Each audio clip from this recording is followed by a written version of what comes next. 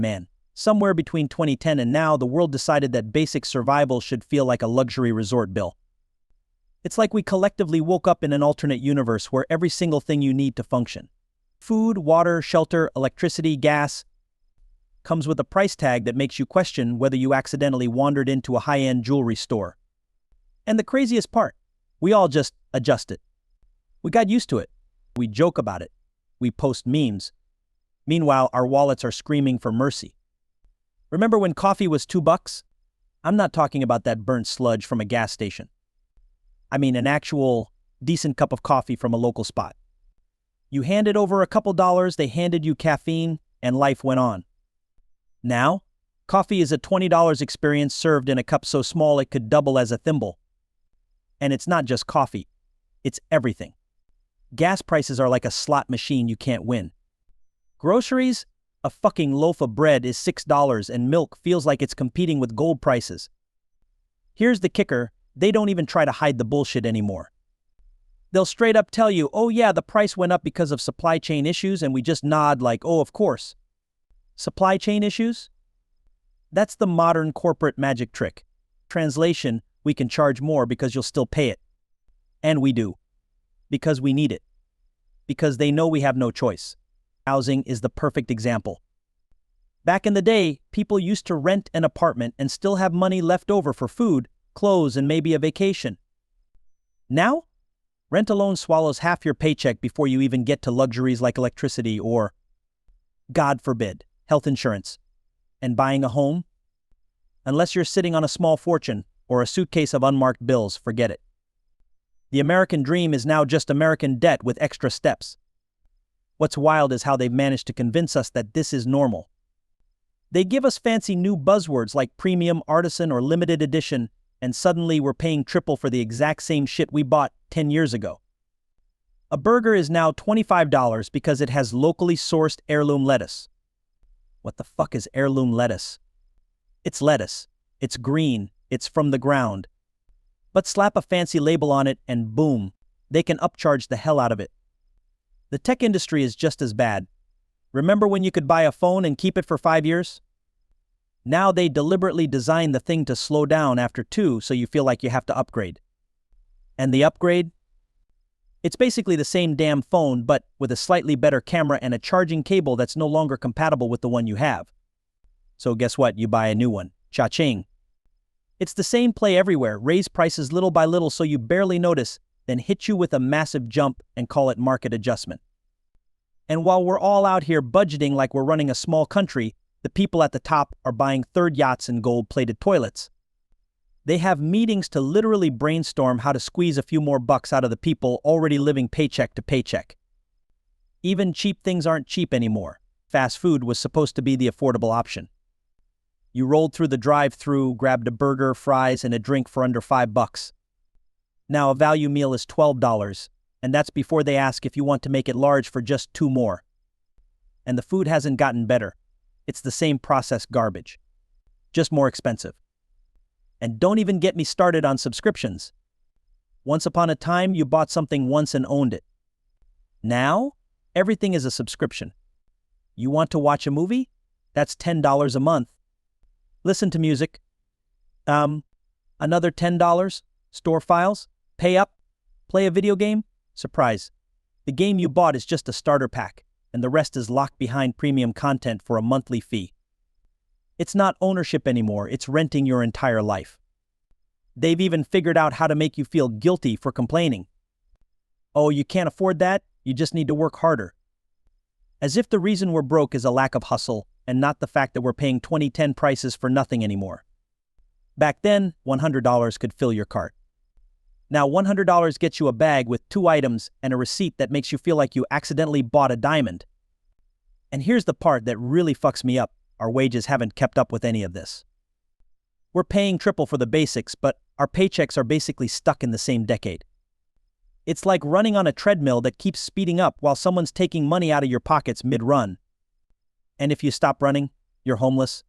That's the reality for a lot of people right now. But they've sold us this idea that it's our fault. We're bad with money or need to cut back. Yeah, sure. Let me cut back on eating, breathing, and having a roof over my head. Maybe I'll just live in my car. Oh wait, gas is $8 a gallon, so I can't even afford to drive it. This is the sticker shock apocalypse. Everything costs more, everything breaks faster, and everything is designed to make you spend more money for less product. And the sickest part? We're so used to it that we barely notice anymore. We make jokes about selling a kidney for concert tickets or taking out a loan for groceries, but deep down we know it's not a joke. We're just laughing because if we didn't, we'd lose our fucking minds. And you know what the corporations are banking on? That we'll just keep paying. That we'll cut corners somewhere else. That we'll convince ourselves, well, it's only a few dollars more, until those few dollars become a second job's worth of extra work each month. And for most of us, that's exactly what's happening. So here we are. Broke, tired, caffeinated on overpriced coffee, and somehow still apologizing for not having better financial discipline while billionaires are literally shooting themselves into space for fun. If that's not the biggest middle finger in history, I don't know what is. Man, once upon a time you bought something once and it was yours. Simple. No fine print, no terms and conditions scroll that could double as a Harry Potter novel. No hidden fees. You handed over cash, got the thing, took it home, end of transaction. Now, everything is a subscription. Your entire fucking life is on auto pay. And they sold it to us like it was an upgrade. Think about it. Back in the day, you bought a TV. You plugged it in, turned it on, and watched whatever channels your antenna or cable package gave you. Now, the TV is just the gateway drug. You buy it, and then you need Netflix, Hulu, Disney, HBO Max, Apple TV, Amazon Prime, Paramount, Peacock.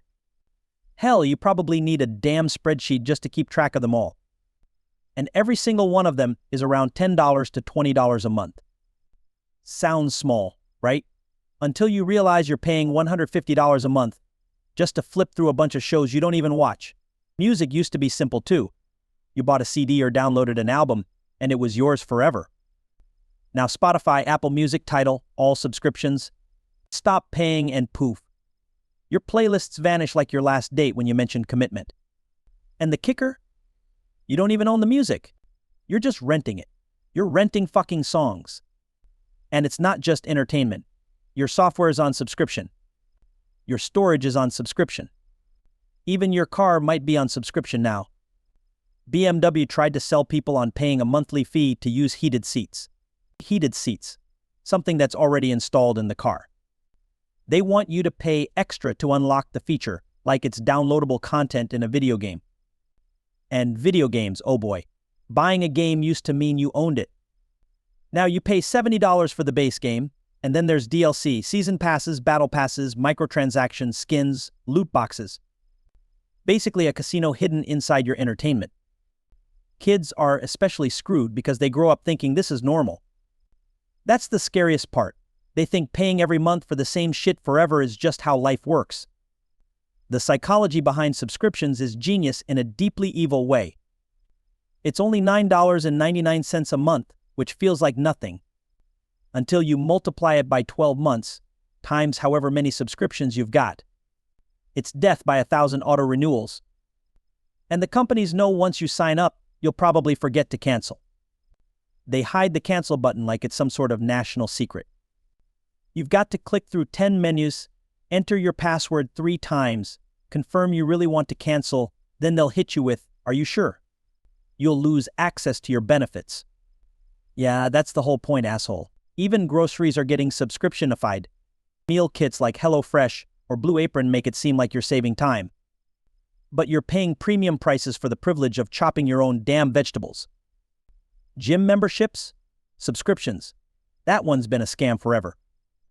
They bank on you signing up in January going twice, then ghosting the place for the rest of the year while they happily take your money every month. You know what's worse? Some jobs are now basically subscription services for your labor. Gig work apps like Uber or DoorDash make you think you're your own boss, but in reality you're paying with your time, your car, your gas, and your sanity while they skim off every ride or delivery. You can't even earn without giving them a cut. It's like you're subscribing to your own fucking job. And these subscriptions aren't optional anymore. Want to use Microsoft Office? Subscription. Photoshop? Subscription. Cloud storage? Subscription. Your life is one giant monthly payment plan, and the bills don't stop. Even dating apps want monthly fees now. Premium boosts so people will actually see your profile. We're literally paying for the chance to maybe meet someone so we can split the rent on our overpriced apartment. It's insane how much money leaks out of our accounts each month without us even noticing. And that's by design. They want it to be small enough that you won't question it, but constant enough that it drains you slowly, like a leaky faucet. Except instead of water, it's your financial stability dripping away one auto payment at a time. What really pisses me off is how these companies spin it like they're helping you. We're making it more affordable. You don't have to pay all at once. Yeah, because you're going to make me pay forever. You know why landlords love rent? Because it never stops. And now every industry has looked at that model and said, yes, please. The most fucked up part? We've all normalized it. We'll cut back on things we actually enjoy before we'll cancel a subscription we barely use. Why? Because canceling feels like losing something. And they know that. It's a psychological trap. This is why we're all broke. Not because we're buying too much avocado toast or not budgeting, but because every single thing in life now comes with a permanent bill attached. It's not just the big stuff. It's the constant little hits. $7.99 here, $12.99 there, $4.99 just for that one extra feature, and before you know it, half your paycheck is going to subscriptions you didn't even remember signing up for. They've turned life itself into a payment plan. And the cruel irony? You'll never actually own anything. You'll just rent it forever. That's not freedom, that's financial handcuffs you willingly put on because they made it look shiny. Man, let's talk about the stuff we can't avoid. The essentials. The things you literally need to live: food, water, electricity, gas. Back in the day, these were affordable enough that even if you weren't rich, you could still get by without selling a kidney. Now, essentials are the new luxury items. Groceries are a perfect example. You used to walk into the store with $20 and come out with bags full of food. Now, $20 barely gets you a loaf of bread, a carton of eggs, and maybe a banana if it's on sale. And don't even think about buying meat. Steak? That's become a once-a-year thing, maybe for your birthday. Chicken used to be the cheap protein, now it's priced like they're harvesting it from golden chickens raised on champagne and spa treatments. Eggs. Jesus Christ. Remember when eggs were the definition of cheap? A dozen was like $1. Then, suddenly, they're $6, $7. They blamed supply chain issues and avian flu, but here's the thing, those prices never went back down. Once they raise them, they stay raised. And water. Water is now a $1 billion scam. Bottled water is literally just tap water with a fancy label. Sometimes it's even worse than tap water. But people still buy it because companies convinced us that purified or spring water is somehow magical. Meanwhile, we're paying $2 for a bottle when the shit coming out of your sink costs pennies for gallons. Electricity? Oh, they've got us by the balls on that one. You can't exactly just use less when the cost goes up. You need lights, heat, AC, a fridge, basic survival. And when they raise rates, you just have to eat it, or freeze, or sweat your ass off. And then they'll hit you with environmental fees, service fees, connection fees. Like, what the fuck is a connection fee? I'm already connected. You didn't send a guy out every month to replug me in. Gas is its own brand of evil. Prices go up when there's a war. Prices go up when there's peace. Prices go up when it's summer because travel season, and they go up in winter because heating demand. Basically, prices go up no matter what. But the most insulting scam, shrinkflation, that's when they keep the price the same but quietly give you less. Your favorite bag of chips used to be full, now it's half air. Cereal boxes, taller but thinner. Ice cream containers magically lost a pint somewhere along the line. Even candy bars are smaller but the wrapper's bigger, so you don't notice right away. It's corporate sleight of hand, and here's the twisted genius of it, they make you think you're getting by. Because technically you're still paying the same. But in reality you're spending more per ounce, per pound, per bite. It's the invisible tax on survival. Fast food, the cheap option, is no longer cheap. The dollar menu? Dead and buried. A combo meal at McDonald's is now pushing $12, $15. That's sit-down restaurant prices from 10 years ago. And don't get me started on coffee. Coffee used to be $1 at the diner. Now walk into a Starbucks and try not to faint when they ring up your $8 cup of foam and sugar. The problem is, they've slowly conditioned us to accept these hikes as normal. And it's not just inflation. Inflation is the convenient scapegoat. The truth is, corporations raise prices because they can. They've figured out that we'll complain, we'll grumble, but we'll still buy the stuff. Because what's the alternative? You can't just opt out of food or heat. And when people finally start looking for cheaper alternatives, the corporations buy up the cheaper options. Grocery store brands? Half the time they're owned by the same big companies selling the expensive versions. Gas stations? A handful of corporations control the majority of them. Bottled water brands? Same deal. A few parent companies own dozens of different brands, all pulling from the same sources. Then there's the psychological trick of premium versions. They take something basic, slap the word organic or artisan on it, and triple the price. A loaf of bread that used to be $2 is now $6 because they sprinkled some seeds on top and put it in rustic packaging. And suddenly, if you buy the cheaper bread, you feel like you're settling for less. It's marketing as mind control. They've even managed to make being healthy expensive. Fresh fruits and vegetables cost more than processed junk food. Which is backwards as hell. Because you'd think food that literally grows out of the ground would be cheaper than something that's been processed, packaged, and shipped. But no, eating healthy is a privilege now, while eating garbage is cheap. And then they have the audacity to lecture people about obesity rates. It's not just that everything is overpriced. It's that the things we can't live without are being treated like luxury goods. And that's why people are broke. Because no matter how much you cut back, the basics keep getting more expensive. The saddest part, we adapt. We stop buying steak. We skip the coffee shop. We downsize. And corporations take that as a signal to raise prices again on the stuff we still buy. It's a slow squeeze. They take a little more every year until we're just surviving instead of living. And they know exactly how far they can push before people snap. That's the real game. They want you stressed but functional, broke but working, pissed but too busy to riot. And so far, it's working like a charm. Man, here's the cruel joke nobody tells you. The poorer you are, the more expensive life becomes. I know that sounds backward, but the system is designed that way. And it's fucking brilliant if you're the one making money off it. Let's start with housing. Everyone tells you to just buy a house instead of renting, as if a down payment magically appears in your bank account. Meanwhile, rent is sky high. You can easily pay $1,500 a month for some cramped apartment in a building where the hallway smells like old socks and despair. But if you tried to get a mortgage, your monthly payment might actually be less. The only catch? The bank wants you to already have a ton of money and perfect credit to qualify. So you get trapped, paying more for less because you're too broke to pay less. Then there's the rental trap. Need furniture? You can rent to own that couch for only $50 a month. Sounds cheap, right? Until you realize you've paid $1,200 over 2 years for a $400 couch. Same with electronics, appliances, even tires. Being broke also means you pay more in bank fees. Got a low balance? They'll charge you a maintenance fee. Go over by $1? Boom. $35 overdraft fee. That's like getting fined for being hungry. And if you don't have enough money to pay the fee, guess what? They'll charge you another fee for not paying the first one. It's like drowning and someone's throwing bricks at you instead of a life preserver. Car ownership is another scam when you're broke. You can't afford a new one, so you buy a cheap used car. It breaks down, you fix it. It breaks again. Over a few years, you've spent more on repairs than the cost of a reliable vehicle.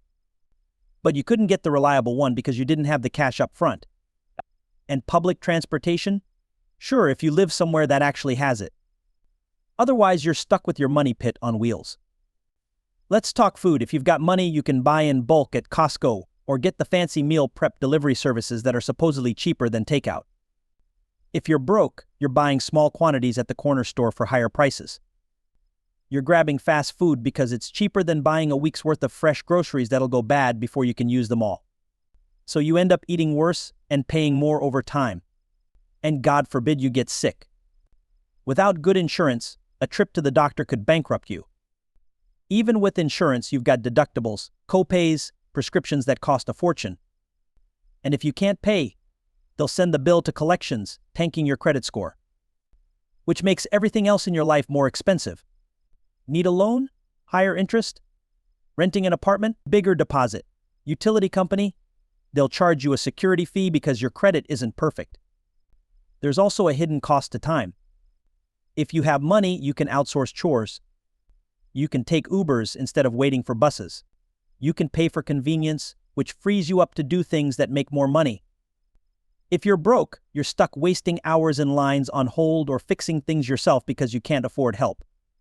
And time, last I checked, is the one thing you can't get more of. Here's one of the nastiest tricks: late fees. You're broke, so you miss a payment. Now you owe even more. It's like the system saying, "Oh, you don't have enough money? Here, let's make that problem worse." And if you fall behind far enough, they'll repossess your stuff or evict you. But still expect you to pay for the privilege of having nothing. Even saving money costs money. You can get a discount if you pay for a year up front, but if you can't, you're stuck paying the higher monthly rate. You can get lower interest if you have good credit, but if you don't, the bank bends you over. Discounts, rewards, exclusive deals, all reserved for people who don't actually need them. And then there's the mental tax. When you're broke, every decision is high stakes. Do I pay this bill or buy groceries? Do I fix the car or risk losing my job? That constant stress eats at you. It makes you tired, distracted, more likely to make mistakes. And the system takes advantage of that too. That's why predatory lenders and payday loan places are everywhere in poor neighborhoods. They thrive on desperation. They're not just in the business of lending money. They're in the business of keeping you in debt forever. It's a vicious cycle, and the people at the top know it. They know the poor will end up paying more for the same things because they don't have the luxury of options. And they market it like they're doing you a favor. Easy payment plans, no money down, flexible financing. Sounds good, until you realize it's just another way to keep you broke. The cruel truth is, poverty is profitable. Just not for the people stuck in it. It's profitable for the banks charging the fees, the landlords charging sky-high rents, the corporations selling overpriced basics. The system isn't broken. It's working exactly as designed. And if you're struggling, it's not because you're lazy or bad with money. It's because everything is set up to drain you dry. We're all told that if we just work hard, we'll get ahead. But in reality, the harder you work for less money, the more trapped you become. And the people getting rich off that trap, they're counting on you staying in it. They're counting on you blaming yourself instead of them. Look, man, by now, if you've made it this far, you've probably realized one thing. We're not just broke because of bad luck or poor choices. We're broke because the game is rigged. And the thing about a rigged game is, you don't win by playing harder. You win by realizing you're in a fucking casino where the house always wins. Think about the sheer absurdity of what we've normalized. $10 for a smoothie. $40 for parking at a hospital, where you're literally paying to be sick. $100 for a streaming service bundle that was supposed to be cheaper than cable. Remember when people laughed at the idea of paying for bottled water? Now we're paying for air. Oxygen bars are a real thing, and they're marketed as luxury experiences. We've reached the point where basic needs have been rebranded as premium products. And you can't escape it. Want to live simply and avoid the rat race? Cool, just buy a $90 minimalist backpack and a $300 handcrafted water bottle. Want to go off the grid and be self-sufficient? Hope you've got $50,000 for solar panels, a well, and enough land to grow your own food. Which, by the way, will still cost you property taxes every year for the privilege of existing on it. The pricing insanity is everywhere. Go to a stadium and a beer is $18. Order popcorn at a movie theater and you need a side hustle just to afford it. Try to buy concert tickets. Oh wait, they're dynamic pricing now, which means the more people want to go, the more they screw you. And don't even get me started on convenience fees. That's when a company charges you extra for the pleasure of doing business with them. It's like getting mugged and then tip for the service. Here's the thing. This isn't just greed, it's conditioning. The more they raise prices, the more numb we get to it. First, $5 coffee is outrageous. Then it's normal. Then $10 coffee comes along and, well, that's just how it is now. It's like boiling a frog. Except the frog is us, and instead of water, it's our bank accounts. And when people push back when they complain, the answer is always the same: inflation. As if that's some uncontrollable act of God. As if the CEOs raking in record profits are just innocent bystanders. We're told inflation is the problem, but somehow it never affects executive bonuses or shareholder payouts. Funny how that works. Meanwhile, wages don't even pretend to keep up. You're making the same money you did years ago, maybe even less if you factor in how much more everything costs. But you're expected to smile, hustle harder, and be grateful you have a job. And if you can't afford something, well, there's a payment plan for that. Want to split your $30 shirt into 4 easy payments? That's the new normal. We've turned buying basic shit into a layaway plan because everyone's broke and nobody wants to admit it. Here's the dark humor of it all. They've even monetized being frugal. Coupon apps, cashback programs, subscription boxes that save you money. All of them collecting your data, selling it, and making more money off you than you save. They've convinced us that saving pennies is an accomplishment while they take dollars out of our pockets every single day. And the rich. They live in a completely different world. They don't care if gas is $5 or $15, if eggs are $3 or $10. They own the companies selling them to you. Price hikes don't hurt them. They feed them. Your struggle is their revenue stream. This is why we're all broke. Because we're playing against people who own the scoreboard, the field, and the damn referees. And every time we step onto that field, they've already decided the score. But here's the part they don't want you to know. The moment enough people see through it, the game changes. When you stop buying the bullshit. Literally and figuratively. You take away their power. It's not about becoming some off-the-grid hermit. It's about refusing to accept that this is just how it is. It's about calling out the scams, sharing the knowledge, helping each other see the patterns. Because once you see it, you can't unsee it. And maybe, just maybe, we stop worshiping the grind and start demanding a system that doesn't bleed us dry for existing. One where your worth isn't tied to how much you can pay for overpriced crap. One where basic human needs aren't luxury items. One where being broke isn't the default setting for everyone who isn't already rich. Until then, yeah, we're all broke. But at least now we know why. And knowing, even if it stings, is the first step to doing something about it. Because the final bill has been slid across the table, and it's got all of our names on it. The question is, are we just going to pay it, or are we finally going to stand up, flip the table, and walk the fuck out?